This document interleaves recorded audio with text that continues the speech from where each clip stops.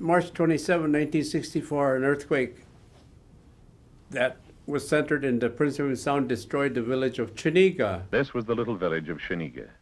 It was perhaps hardest hit of all by the monstrous waves. They said the tidal wave was coming, so we started up the hill. In fact, it is difficult to believe that there ever was a village here on this bare ground.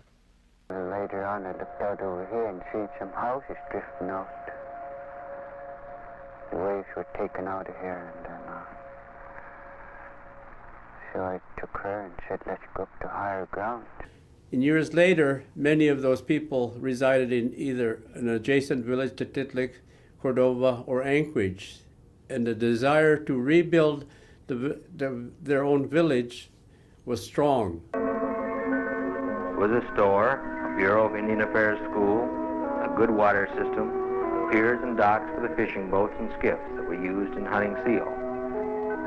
An effort was made to rebuild Chenega, but did not meet the required funding levels that were determined by HUD. So we had a meeting and decided where to build our new homes. Village council met in this room and decided they would not go back to Chenega. They considered a number of possibilities and finally, by council action, decided that as a group they would establish a new village in a new site. I came to work at Chugachmute and ran the Housing Authority subsequent years, and I appealed to Senator Stevens to overcome the ceilings that were placed by HUD to rebuild Chenega. Because the people of Chenega didn't want to just move into another village and lose their identity and lose their village council. Nick Kompkoff Sr.,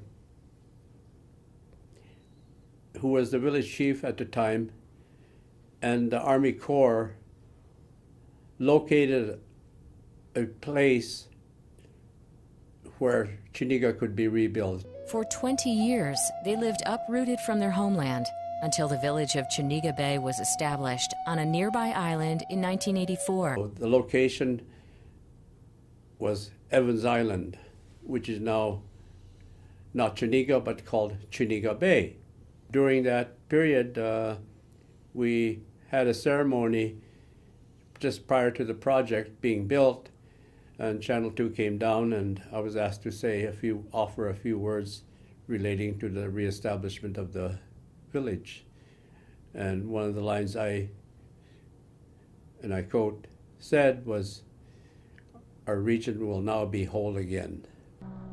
They still have their memories. They still have the pain of losing their families and friends, but they seem to be ready to go ahead and build a new community and continue to build their lives.